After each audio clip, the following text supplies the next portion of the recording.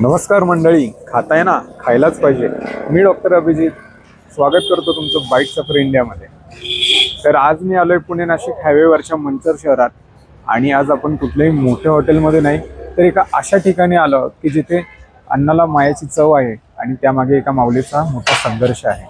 तर ही आहे साई कृपा खानावळ आणि एका छोट्याशा मेसपासून याची सुरुवात झालेली, पण आज ही खानावळ अनेकांची भूक भागवते. तर आपण जाणून घेऊया त्या खानावळीची गोष्ट आणि चाकूया तिथल्या जेवणाची घरगुती अशी चव. चला तर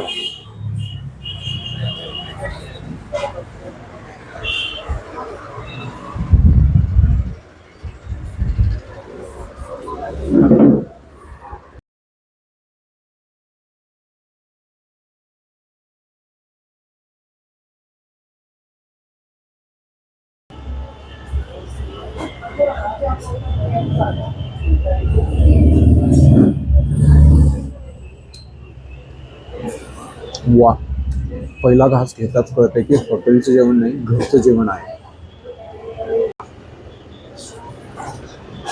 आपल्याला थाळीसोबतच मिळतंय कांदा, लोणचं, लिंबू, लाल मिरचीचा ठेचा आणि हिरव्या मिरचीचा खरडा. आज ना रस्सा भाजीमध्ये आहे चुलीवरची मटर पनीर आणि सुक्का भाजीमध्ये आहे फ्लावर बटाटा आणि त्याचसोबत आपल्याला डाळ आहे, वरण आहे. भाज्या ना अगदी चविष्ट आहेत, मसाला बेताचा आहे, भाज्या ताज्या आहेत आणि सर्वात महत्त्वाचं म्हणजे या घडीच्या पोळ्या आपण अगदी घरी बनवतो तशा मऊ आहेत आणि बिलकुल असं वाटत नाही की हे बाहेर मी खानावळीमध्ये किंवा एका मेसमध्ये खातो. अगदी घरचं जेवण आहे. मित्रा, काय नाव तुझं? माझं नाव वेदांत. कॉलेज स्टुडंट आहेस का? हो, मी इथे कॉलेज स्टुडंट आहे. इथे कधीपासून येतो जेवायला? मी इथे तर दररोज येतो जेवायला. कसं वाटलं मग जेवण? मला एकदम घरच्यासारखं वाटतं इथे जेवण. अरे वा, छान. नमस्कार ताई. नमस्कार. कसं वाटलं जेवण? अप्रतिम. ॲक्च्युली सुवर्णताईंचा आणि माझा 10 वर्षांपासूनचा परिचय आहे. मी एक शिक्षिका आहे आणि त्यांचा मुलगा माझा विद्यार्थी आहे. अच्छा. पहिल्यापासूनच त्यांच्या हातची चव मला माहिती आहे आणि गेले 3 वर्षांपासून त्यांनी हे जे हॉटेल चालू केलेलं आहे त्या हॉटेलमध्ये बऱ्याच वेळा आम्ही या ठिकाणी येत असतो, कारण अतिशय अप्रतिम असं जेवण सुवर्णताई करतात आणि यामध्ये अगदी घरचा स्वाद असतो. बरोबर आहे. जेव्हा कामाचा वर्कलोड जास्त असतो तेव्हा या ठिकाणी आम्ही सर्वजण आवर्जून येतो.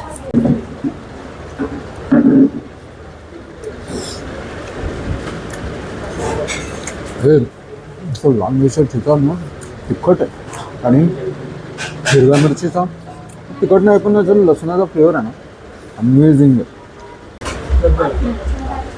मी ना फक्त ठेचा आणि चपाती खाऊ शकतो, इतका बाप ठेचा आहे. नमस्कार मावशी. नमस्कार. मला सांगा तुमचं नाव काय? सुवर्ण बनवतो. दिली तुझं नाव? श्रावणी बनवतो. मावशी, मला सांगा या मेसची सुरुवात कशी झाली? पार्टनरशिप पासून आम्ही सुरुवात केली, नंतर आम्ही स्वतःच चालू केलं आणि 2023 मध्ये चालू केलं. बर, मला सांगा सुरुवातीला तुम्हाला काय काय अडचणी आल्या? सुरुवातीला मला जागा मिळवण्यापासून अडचण आली. आजूबाजूला धंदे चालू होते, त्यात माझा धंदा बसवणं याच्यापासून मला खूप त्रास म्हणजे सहन करावा लागला. तरी पण मला मुलांची साथ असल्या कारणाने सगळ्या काही गोष्टी माझ्या व्यवस्थित बसून गेल्या. माझ्या घरच्या लोकांची मला भरपूर साथ मिळाली, त्यामुळे मी हे करू शकते. सध्याच्या युद्धस्थितीमुळे व्यवसायावर काय इफेक्ट पडला आहे?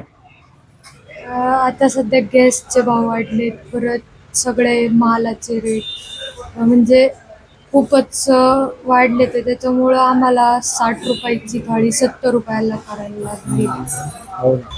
तुमच्या या प्रवासामध्ये तुमच्या मुलांची तुम्हाला कशी साथ लाभली? मुलांची सांगायची तर मुलांशिवाय मी हे करूच शकले नसते. जे काय आहे मी हे त्यांच्यामुळं करू शकले, त्यांच्यामुळं मी इथपर्यंत पोचू शकले. सकाळी उठल्यापासून 7 वाजल्यापासून तर मी 8, 8:30, 9 वाजेपर्यंत ते सगळं सेटअप लावून ते सगळं मॅनेज करतात. आणि राहिला सगळ्यात महत्त्वाचा पॉईंट, तो माल कसा भरायचा, कुठून कसा आणायचं, सगळं मला श्रावणींनी शिकवलं. या सगळ्या गोष्टी मी हिच्यामुळं करू शकले, हिच्यामुळे इथपर्यंत पोहोचू शकले. माझ्या दोन्ही मुलांच्या मोठी मुलगीने तर माझा आता किचनचा सेटअप सांभाळला आहे. सगळ्या काही गोष्टी किचन सगळं मॅनेज त्यांनी केला आपला. मुलांनी मी भरपूर साथ केली.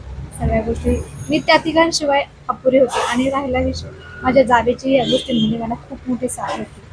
आणि सगळ्यात महत्त्वाचं म्हणजे मला माझ्या परमेश्वराने खूप मोठी साथ दिली आहे इथपर्यंत पोहोचण्यासाठी.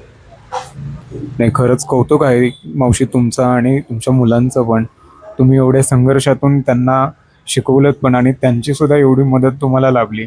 एवढं शाळा वगैरे सगळं करून ते व्यवसाय सुद्धा सांभाळतायत आणि शिवाय आईला मदत करतायत.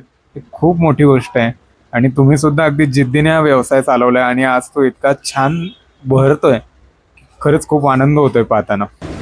तुम्हाला आमच्या मेसचं जेवण कसं वाटतं? खरंच खूप सुंदर होतं. अगदी घरगुती चव, म्हणजे अगदी घरची आठवण आली. घडीच्या पोळ्या असतील, तुमची अगदी चुलीवरची ती भाजी असेल आणि तो लाल मिरचीचा ठेचा तर अगदी अप्रतिम होता.